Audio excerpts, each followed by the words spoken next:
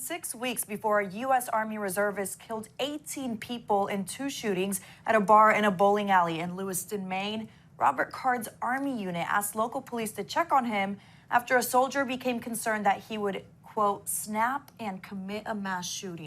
Yeah, the warning signs were apparently there, but Card was still able to carry out a massacre. So what went wrong here? Could anything be different? Joining us now to discuss is Morgan Lay, a D.C.-based criminal defense attorney with extensive knowledge of gun laws. Morgan, appreciate you being with us. Maine has what's known as a yellow flag law that makes it a bit harder to take someone's guns away.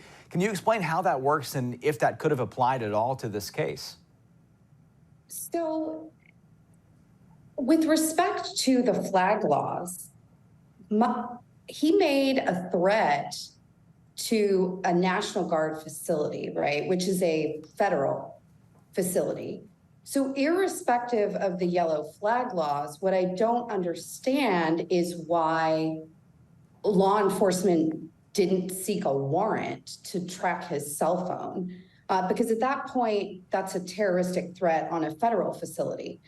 And why FBI wasn't contacted in order to get involved at that point, that's really what I don't understand. Red flag laws can be a challenge because you have to show that the individual has a mental problem that causes them to be a danger to themselves or others, which certainly could have been shown in this case.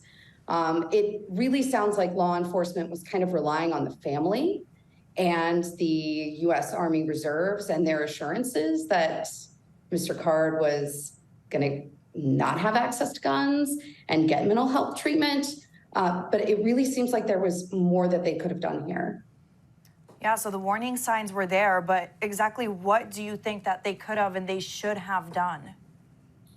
So, having done criminal defense for quite some time, I've seen a lot of search warrants. And what I think that they should have done is applied for a search warrant to track his phone. A lot of these law enforcement agencies have access to what's called a Stingray device. A Stingray device operates essentially as a cell phone tower, and it mimics a cell phone tower. And so with a warrant, they could have essentially probably located him via his cell phone. But at a minimum, I think FBI should have been notified at the point that he threatened a federal facility, because that is a federal crime. And that at least would have also been an additional basis to get federal law enforcement involved and perhaps have provided additional resources to have been able to locate him more quickly.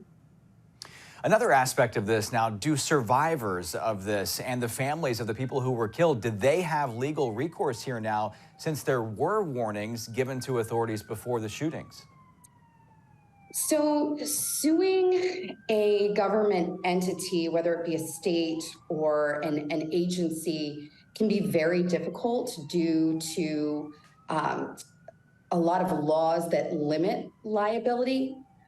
With respect to whether there may be some sort of workaround for the victims, I can't say for sure, but it certainly would be an uphill battle given, limited liability for government entities and agencies.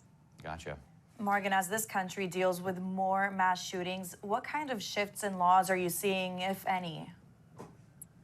So particularly close to home here where we are, Montgomery County has passed a slew of laws in response to the striking down of their good and substantial reason requirement. And they've substantially limited the places where a firearm may be carried, including an establishment that sells alcohol or cannabis on site. That particular provision has, of course, been enjoined by a federal court and can't currently be enforced. But other portions of the law that can be enforced are carrying a firearm anywhere near a public school, a private university, a health facility, stadiums, really kind of restricting where people can have these firearms is really what we've been seeing.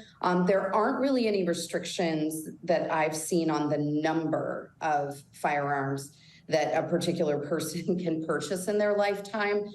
So the reality is, if you have an individual that has a serious mental health issue, but they are living near people with stockpiles of weapons, can you keep them away?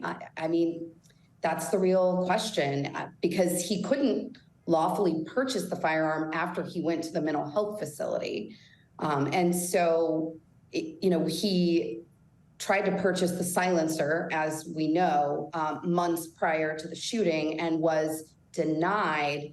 My understanding is that he went to a mental health facility at the assistance of fellow Army officers.